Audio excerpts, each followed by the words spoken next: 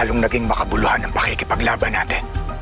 Ang kasamaan, oras na masimulan, hindi nahihinto hanggat hindi nawawasak. May bad news. Si Norman, namata namin sa gubat. Good news yun eh. Hayaan mo sila. Kung gusto nilang umatake, sugurin tayo dito. Sige lang. Pinapangako ko, hindi ako titigil maging buhay man ng kapalit hanggat hindi tuluyang napapalayas sa Bayang Pag-asa ang mga taong gumawa nito.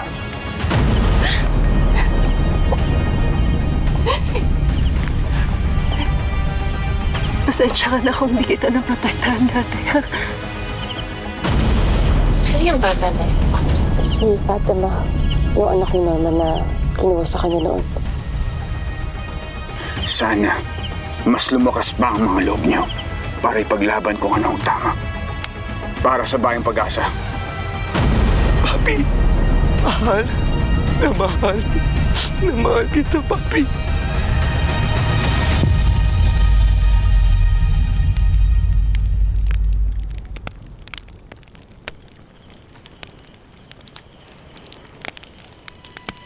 Tol.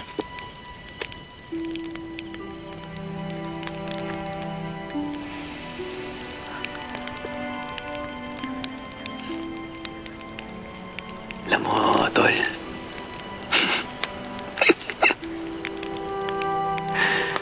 Si Papi, kahit sa mga uli niyang sandali, nakuha niya pa magpatawa. Loko-loko talaga yun eh.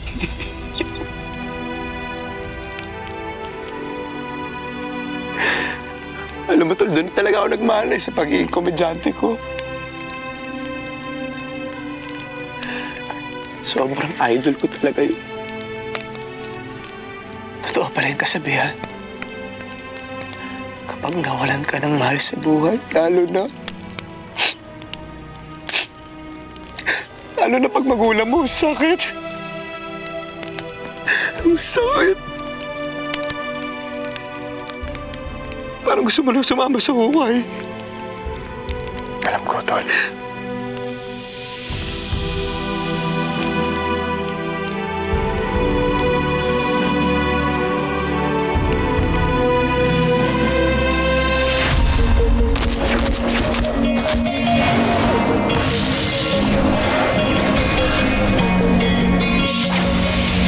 Papabagsakan ka nila, papahirapan ng mga makapangyarihan. Lalo pag nasa baba ka nila, para ka lang madali na tapakan. Hihilahin ka nila hanggang mawala ng pag-asa at makakapitan. Ganda na ba ang kapalaran ng bawat isa? Sa uli, gustong mangarap, hindi para sa sarili, kundi para sa iba. Kahit mahirapan na dulog sa lipunan, puro sabihin, pinipilit ko pa rin naabuti. Alam ko na maraming pagsubok ang dadaan, kahit nakapatayan man sa atin nakapay. Kaya di ka mababayaan, ipaglalaban, kahawakan ang kamay. Ako'y maninindigan para sa lahat, kahit ngayon ko na gusto siya'y mailang. Di mabibigyan, di lumilingan, pinalaman ko pa rin ang mga sisipong susuko.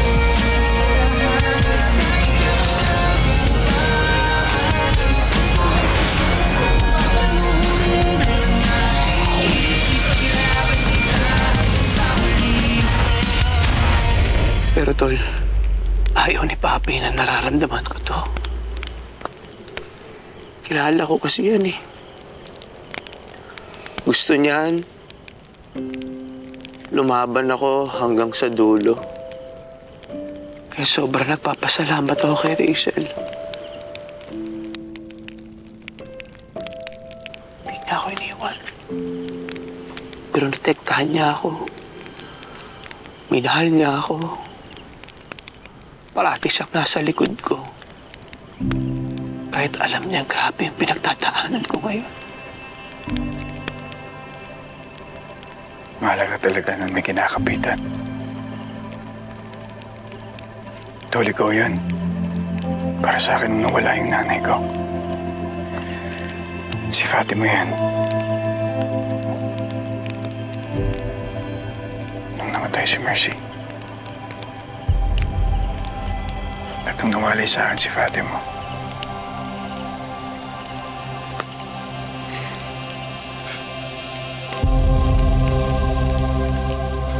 Wala naman ako.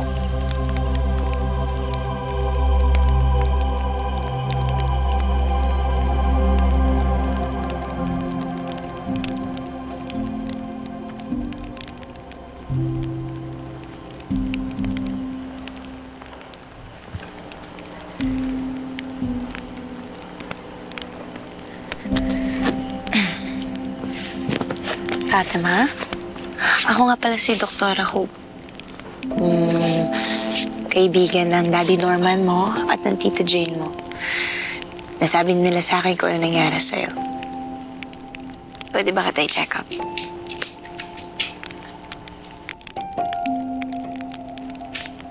Alam mo, pares na pares kayo ng daddy mo noon. Chineck up ko rin siya, pero makulit din siya eh. Sobrang kulit niya. Na kahit ang dami niyang mga sugat noon, gusto niya nang umalis agad. Alam mo kung bakit? Ikaw siguro yung sinasabi niyang babalikan niya dito sa Bayang Pag-asa. Na kahit sugatan siya, hindi siya mapakali. Gustong-gusto niya na agad bumalik dito para makita ka.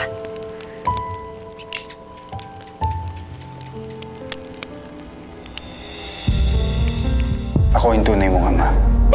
Ako ang daddy mo, hindi si Atoy.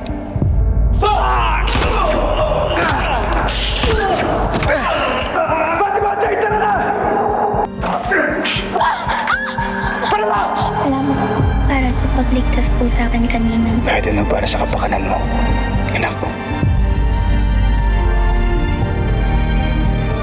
Parang sunog tayo. Sunog ba? Hindi. Ganun talaga yan. Kailangan medyo sunog. Pero mas malasa.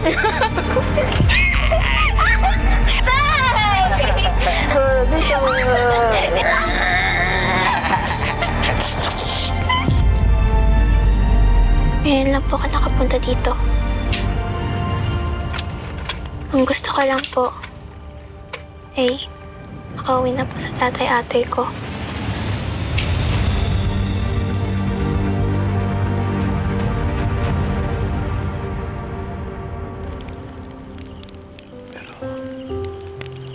Alam mo, Tol, masaya ako. Bakit? Masaya ako nakita mo ulit siya. Salamat, Tol. Dahil sa kanya, unting-unti ko na nahanap ang dating ako. Pabalik sa tamang landas.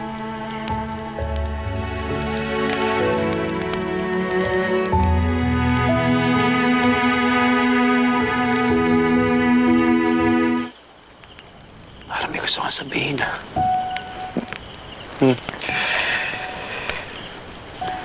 Parang gusto mong ipaalala sa amin na gusto mong ibalik yung dati naming kakilalang Norman de la Cruz. Ha? Naalala mo ba yun? Na ipaglaban ang hustisya. Naalala mo ba yun, Tol? Sisiguraduhin natin na mananagot sa batas si Balmores at si Miguel. Pero una sa lahat, kailangan nating mabawi yung minahan at maligtas ang mga tao sa Bayang Pag-asa. Gaya ng dati.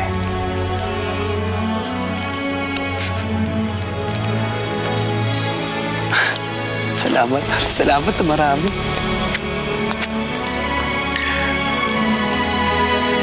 Tagal na nito.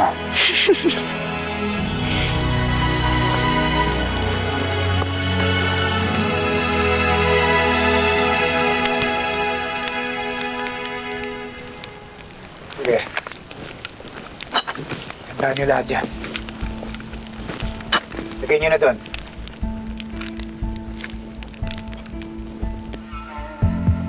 Handa na mga gagamitin natin, Norman. At ito ang naiisip ko. Lulusubin namin ang mga tauhan ko, ang minahan. At habang nakikipagbakbakan kami, iligtas niyo ang mga hostage. Kung sino man ang unang makakita kay Miguel, siya na rin ang unang pumatay sa kanya. Marcos, hindi pwedeng mamatay si Miguel. Kailangan niya managot sa batas. Papatawa ka ba, Norman? Yung mga demonyong yon, mananagot sa batas? Marcos, mali yung para natin noon. Kaya mali pag pinatay natin si Miguel. Kailangan natin irespeto ang batas at ang hustisya. Yun ang tama. Ngayon ka pa talaga nagkaroon ng prinsipyo, Norman. Ang dami nang namatay. Nasaan yan? Nung nadadamay ang mga inosente? Ha? Nasaan yan, Norman?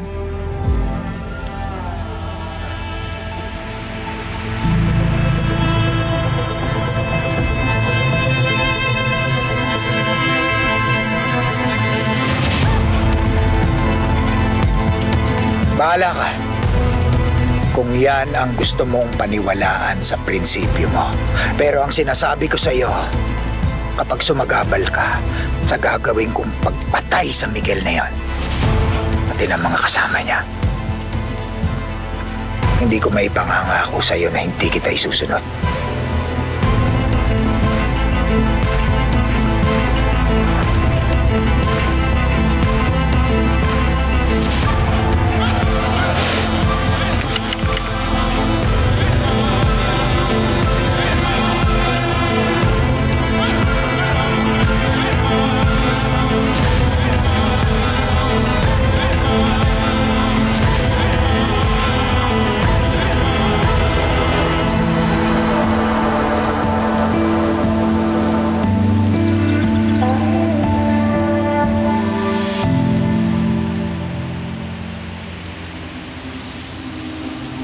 Benito. Benito. Kailangan mo na uminom ng gamot.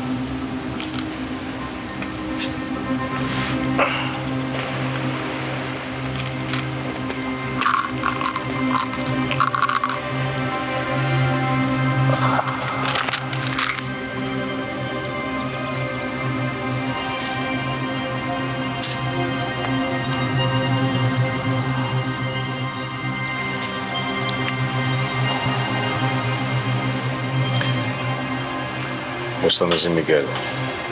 Si Mr. Wong.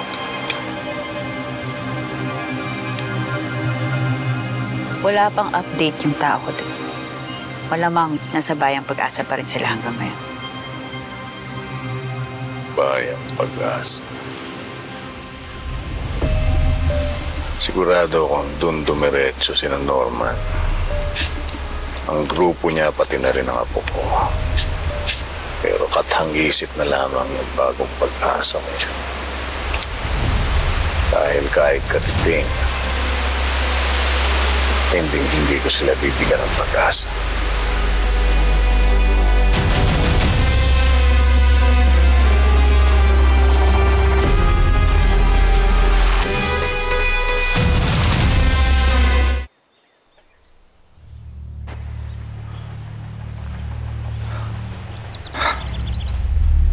Hope.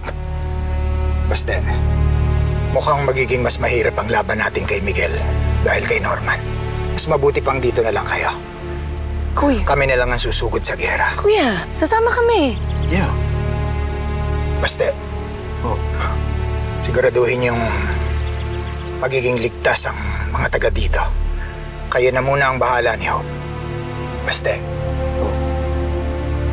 siguraduhin mong ligtas ang kapatid ko. Of course.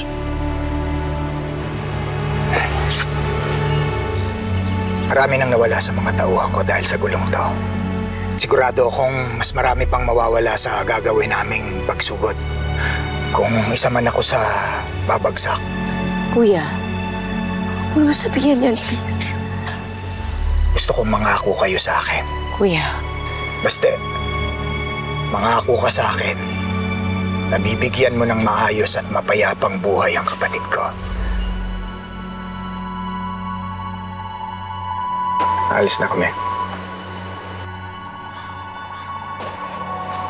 Jane, ikaw na bahala sa anak ko. Huwag ka mag-alala. Ako nang bahala sa kanya. Mag-iingat ka. Anak, Pasensya ka na, ha? Iiwan muna kita kay Ate Jane mo. Siya na muna ang bahala sa'yo habang inaayos ko yung gulo na to.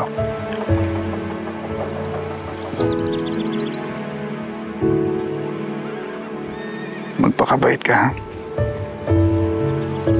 Pag natapos na po ba tong gulo na to, babalik na po ako sa tatay-ate ko.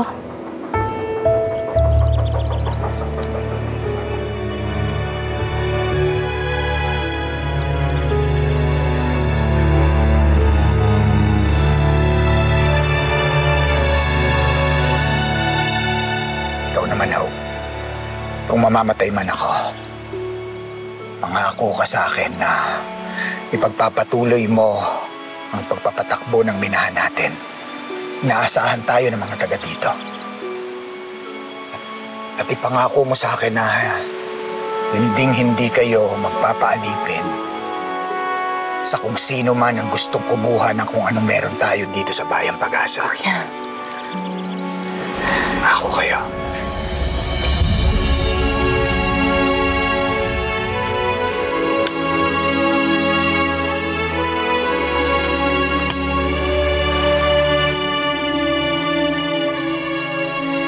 Kinuwento po sa akin kagabi ng doktora na pinilit niyo raw pong makauwi kahit muntik na po kayo mamatay para lang makasama po ako. Kagaya niyo po noon, gusto ko na rin pong makauwi sa pamilya ko. Sana, balang araw mapatawad mo ako, anak. Sana, balang araw makita mo na ginagawa ko lahat ng ito para sa pamilya natin. Ang totoo mong pamilya.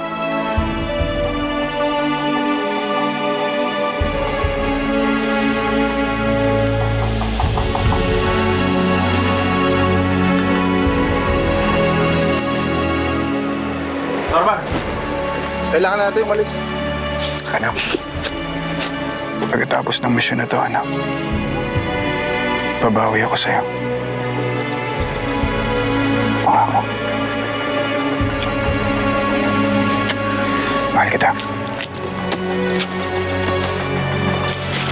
Ingat.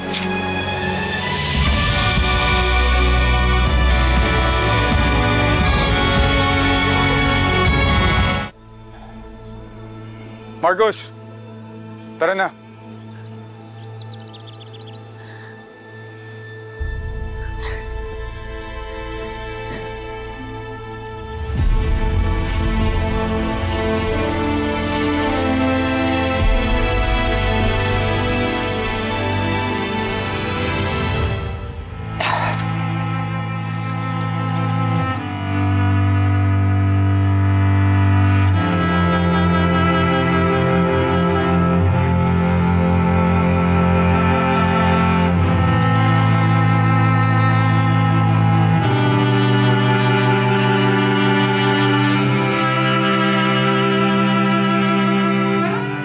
Basta, natatakot ako sa pananalita ni Kuya. Kailangan kong masigurado na naligtas siya. Yeah, but you heard him. Kailangan natin manatili dito. Kailangan natin...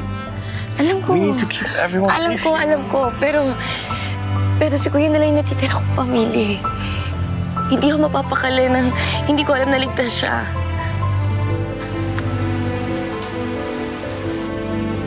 Please.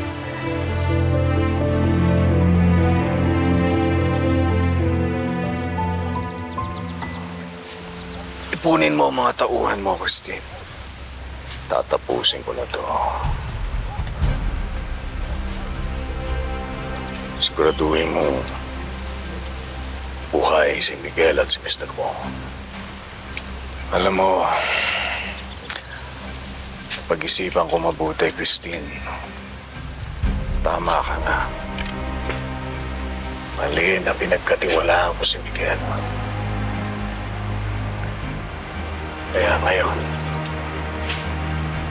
pagbabayarin ko sila sa kawalang hiyaan na ginawa nila sa apo ko.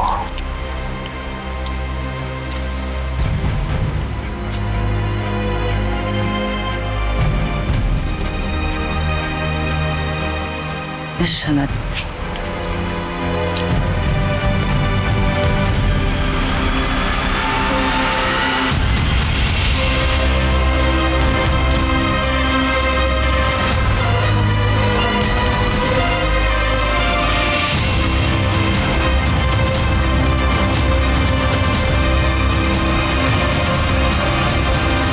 Alam kong nandyan lang kayo, Norman! Marcos! Hoy! Ito! Si Uto yun! Ito na! Bawat segundong sinasayang mo, kapalit nun, buhay! Uubusin ko lahat ng bakit, Papi! Ah!